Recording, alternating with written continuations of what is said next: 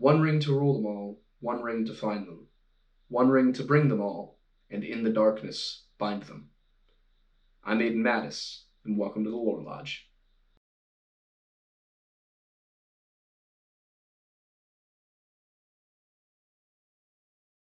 So I know I opened today's episode with a reading of the inscription on the One Ring, but that's not really what we're focusing on today. Today we're going to focus on hobbits, and hobbits are central to the Lord of the Rings, and they're also probably one of the misunderstood races of the whole thing. You know, when you think about orcs, they're twisted elves. When you think about elves, they're basically kind of like angels, kind of like Nephilim, I guess.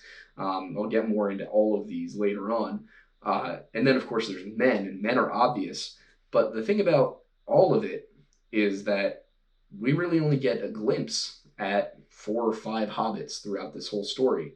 And hobbits are arguably the most important part of it. Of the relation of hobbits to men, Tolkien wrote in the prologue of The Lord of the Rings, "Despite we are separated now, the hobbits are close kin to us.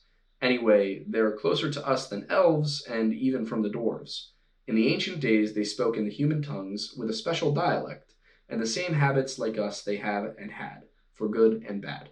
But from the hobbits you're familiar with in Lord of the Rings, Frodo, Bilbo, Samwise, Merry, Pippin, Rosie, some of the others, that's not where most hobbits originated. You see, those are Shire hobbits, and they're probably most connected to Harfoots.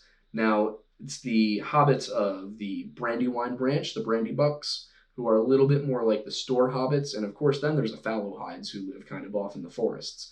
But I'm getting ahead of myself. So the most important thing is, where did hobbits start?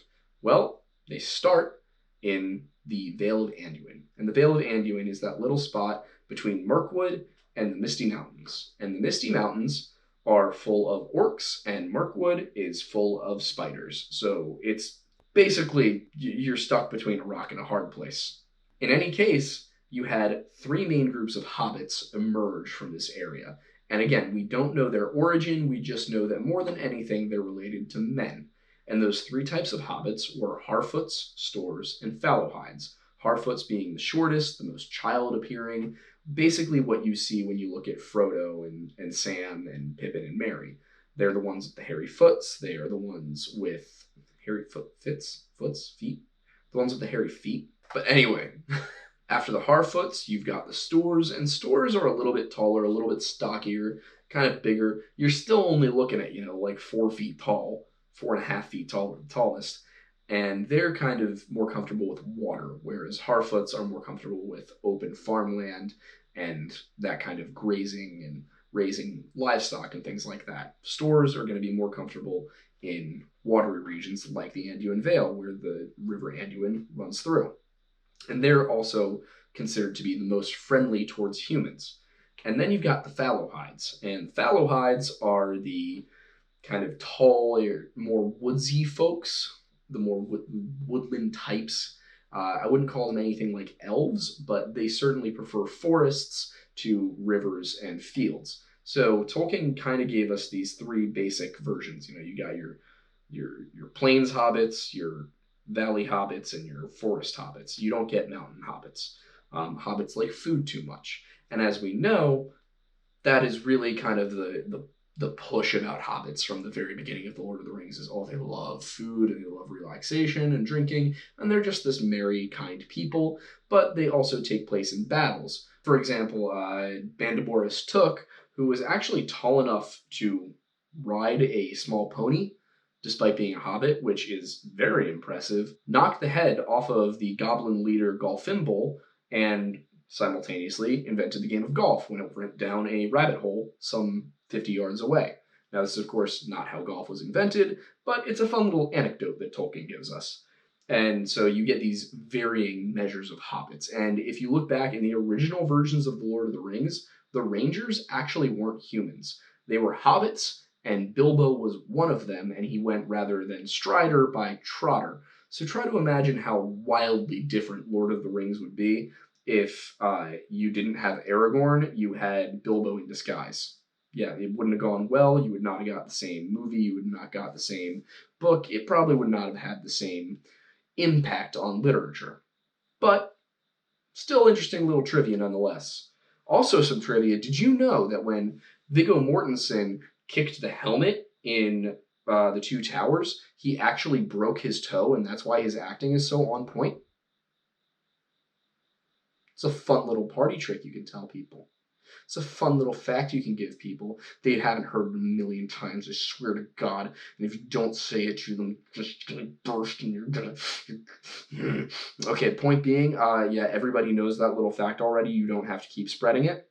Moving swiftly along. Now to get out of the racial differences between hobbits, which are, again, minor. But by the time the necromancer returns, before the events of the Hobbit, what you have is a lot of just unrest. Mirkwood becomes very murky, and the Misty Mountains become even mistier, and the orcs are out there, and it's just it's a mess. The hobbits, for the most part, the Stores and the Harfoots especially, decide they're going to leave, they're going to go west over the Misty Mountains, towards Bree and Dunland and Tharbad, and they're going to move out there. And at that point, you get hobbits who are kind of mixing and melding, and there's still some distinctions, but they are, for the most part, just a blended version at this point, the Harfoots and the Stores.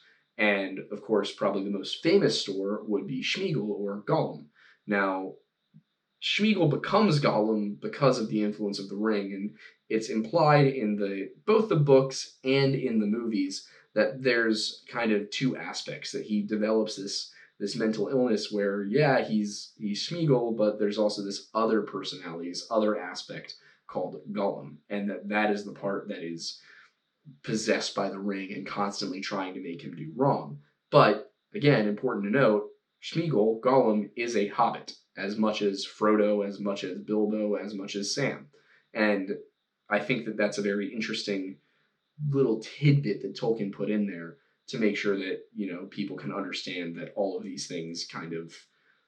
This story is about corruption. This story is not about any one race being bad. It's not about who you're born as necessarily, although, of course, the orcs are bad, but the orcs are twisted, they're corrupted. The story itself is not about people being wrong from the dawn of their existence. It's about corruption over time causing problems for the world. Now, if you watch or read Lord of the Rings, you know that Harfoots are these pretty monogamous creatures. They find one person, they mate for life. They're also patrilineal, so they take their names from their fathers, and this is why you get, Baggins, which comes from Bag End, and that's why, Frodo, despite not being from Bag End, is a Baggins, is because of his father's relation to Bilbo and their fathers, and so on and so forth. Now, it's also important to note that this is not a situation where the male hobbits necessarily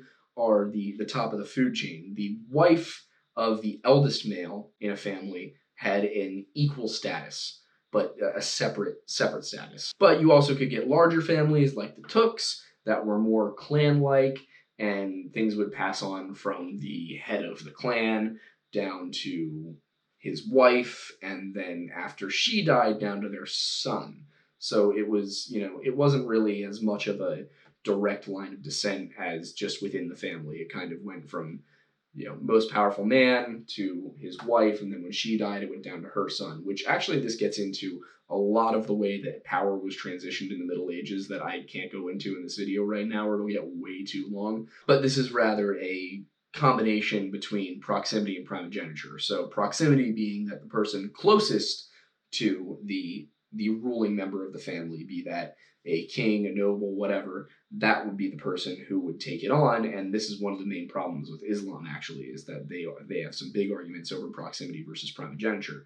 But you would get, say, the King of England died, and if he's got a brother who's a couple years younger, and he's also got a son who's, 17, then in a proximity-based system, the brother would get rule, and then the son after the brother.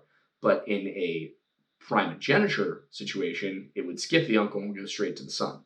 So the rule would pass a little bit more directly in a primogeniture situation. And primogeniture rule kind of prevents wars of succession a little bit better, but not completely all the time. While this may not sound like necessarily a good thing, hobbits have the ability to die. and to truly die. Now, the way that elves die and pass into their own afterlife in the Maiar is different, and I'll get into that in my elves video. But with hobbits, they are allowed to die the same as men. They are allowed to pass beyond Arda. They are allowed to go into a different plane of existence, which is honestly the better option from what I've read with Lord of the Rings. You don't necessarily want to get stuck with the Valar and in the Elven lands permanently for the rest of your life. Some notable hobbits you should probably know: Bilbo Baggins, Frodo Baggins, Samwise Gamgee, Meriadoc Brandybuck, Peregrine Took, Fredegar Bolger, Otho and Lotho Sackville Baggins, Lobelia Sackville Baggins, Old Took, Boror Took, Schmeagol, who later becomes Gollum, and also Deagle. Now, Schmeagol took the ring from Deagle, and in The Return of the King, he actually kills Deagle. So he then takes it, and you get this whole saga of him over time becoming more and more just like evil, and he goes from eating, I think in one scene he goes to eat a fish, and when it comes away from his face, it's all raw and disgusting. Hobbits are also referred to as halflings by men because they are about half the size of a man. And of course, I'm sitting here like 20 minutes into this video trying to figure out if I'm forgetting anything, but there's not a ton more on them. I mean, this is of course your intro to Hobbits. I don't need to give you more of it. This is of course folklore that doesn't really count as my normal topic, but I like Lord of the Rings. It's one of my favorite stories, and I thought maybe I would see how you guys like doing some Lord of the Rings stuff as well. And also, the more I read up on this, the more I'm just fascinated by Tolkien and his ability to just play with language and history in ways that I have never thought of. It's truly incredible. But I think that's about it for today with Hobbits. I hope you enjoyed the video. If you did, make sure to like, subscribe, hit the share button. Go check us out on our other socials. I'm the Aidan Mattis on just about everything. My director and editor is Director Aidan on just about everything. You can support us on Patreon, and that is in the link in the description, and we would really, really appreciate it if you did, because that's what allows us to do more videos like this. I want to be doing this 5 days a week, 6 days a week. We've got the podcast Sunday. We'll maybe take off on Saturday. I don't know. But I want to be able to do this every day of the week, and it's supporters like you guys that allow me to do this, that allow me to really make this dream of mine come true. So I really appreciate it, and if at the very least, watch the video without ad block, that helps. But I think we're getting a little too long in the tooth with the video here, so I mean, as it comes, as it goes. I'm Aidan Mattis, and thanks for stopping by the Lore Lodge.